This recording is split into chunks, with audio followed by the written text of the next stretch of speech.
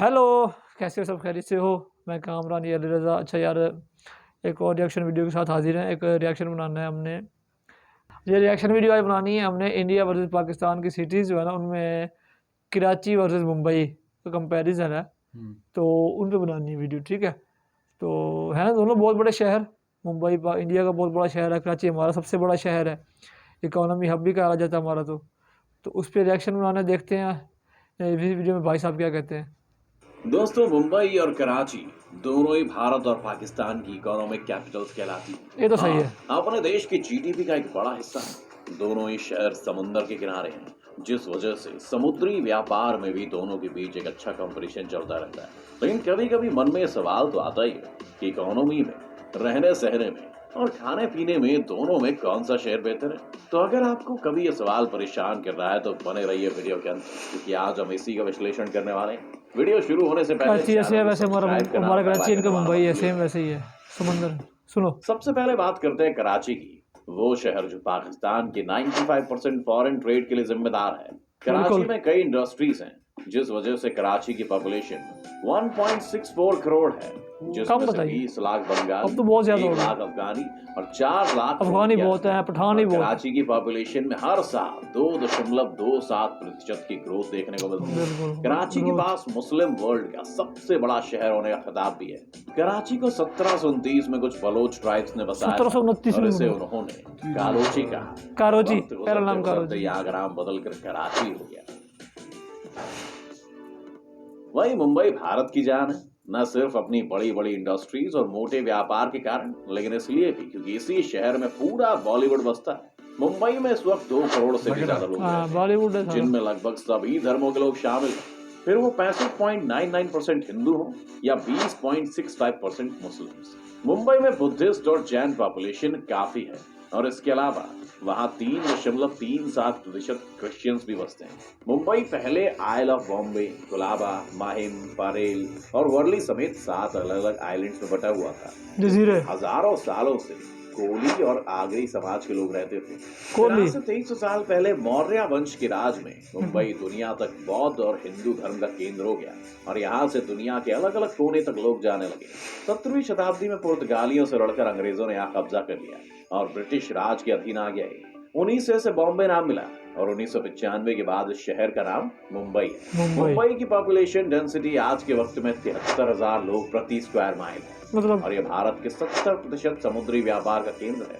मुंबई इस टोटल वक्त बताऊं ना, भारत का 33% इनकम टैक्स कलेक्ट करता है और विदेशों से यहाँ कई तरह के सामान आने के कारण यहीं से देश की 60% कस्टम ड्यूटी और 20% सेंट्रल एक्साइज टैक्स वसूला जाता है। मुंबई से ही भारत का 40% फॉरेन ट्रेड भी होता है। साथ ही यहाँ के 100% स्टॉक एसेट भी रखता है। मुंबई का बॉम्बे स्टॉक एक्सचेंज दुनिया के कुछ पुराने स्टॉक एक्सचेंजेस में से एक है। वहीं कराची की बात की जाए तो कराची की पॉपुलेशन डेंसिटी 63,000 लोग प्रति स्क्वायर माइल है, जो मुंबई से कम है। साथ ही कराची से पाकिस्तान का 1/3 रेवेन्यू निकलता है। कराची इसके अलावा पाकिस्तान के 30% इंडस्ट्रियल आउटपुट के लिए भी जिम्मेदार है। मुंबई में एक एवरेज आदमी की सैलरी 36,600 रुपए है, जिसमें से सबसे कम कमाने वालों की औसत आय 9,260 रुपए, जबकि सबसे ज्यादा कमाने वालों की औसत आय 1,63,000 रुपए औसत एवरेज। कराची में एवरेज सैलरी 88,000 पाकिस्तानी रुपए, जो इस वक्त 37,000 भारतीय रुपयों के करीब है। इसके अलावा पाकिस्तान में सबसे कम कमाने वालों की संख्या 9,387 रुपयों के करीब है। तो सबसे ज्यादा कमाने वालों की औसत आय 1,65,000 भारतीय रुपयों के करीब है। यानी कराची के लोग औसतन मुंबई से ज्यादा पैसा कमाते हैं। लेकिन ये बात भी ध्यान देने लायक है कि कराची की जीडीपी इस वक्त 164 बिलियन डॉलर्स की है, जो पाकिस्तान की कुल जीडीपी का 20% है। वहीं मुंबई की जीडीपी इस वक्त 400 बिलियन डॉलर्स की है, जो भारत की विशाल 3 ट्रिलियन जीडीपी का 13% है। अब आपने देख लिया कि इन शहरों में कितना पैसा, लेकिन जहाँ पैसा होता है वहीं क्राइम भी रहता है। मुंबई हमेशा से हाजी मस्तान से लेकर दाऊद इब्राहिम जैसे डॉन्स की वजह से मशहूर रही है।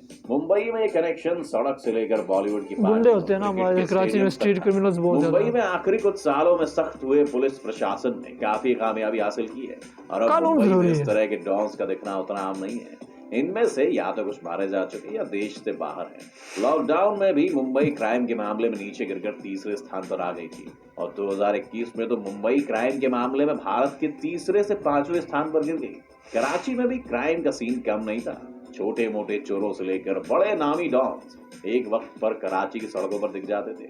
एक वक्त तो ये था कि कराची वर्ल्ड क्राइम इंडेक्स में छठे नंबर पर था।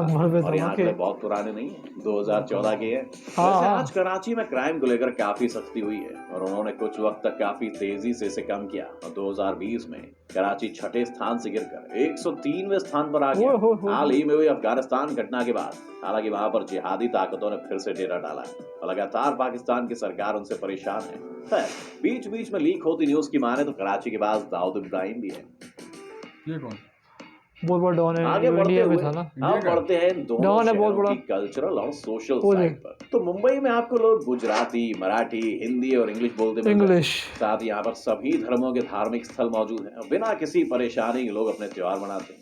मुंबई को भारत की इंटरटेनमेंट कैपिटल भी कहते हैं, जहाँ सभी बड़े एक्टर्स रहते हैं और काम की तलाश में हजारों एक्टर्स यहाँ अपने किस्मत आजमाने आ जाते हैं। मुंबई में इसके अलावा टूरिज्म भी काफी फैला हुआ है। मुंबई के बीचेस से लेकर वहाँ गेटवे ऑफ इंडिया, एलिफेंटा केव और नेशनल पार्क और न जाने क्या क्या है जो लोगों को मुंबई की तरफ आकर्षित करता है।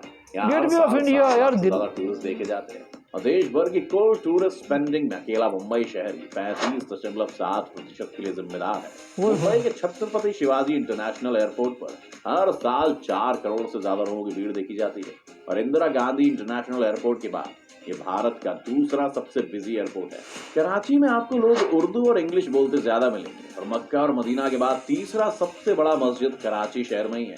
कराची इसके अलावा अपने मुशायरों के लिए भी काफी मशहूर है, जहाँ पाकिस्तानी लिटरेचर की बड़ी हस्तियों से लेकर नए उभरते शायर भी आपको मिल जाएंगे। कराची का जिन्ना इंटरनेशनल एयरपोर्ट हर साल 6 लाख लोगों की भीड़ देखता है और वैसे तो कराची ज्यादातर अपने बिजनेस के लिए जाना जाता है, लेकिन वहां पर क्लिफ्टन बीच, फ्रेंच बीच और लकी वन मॉल जैसी चीजें भी हैं।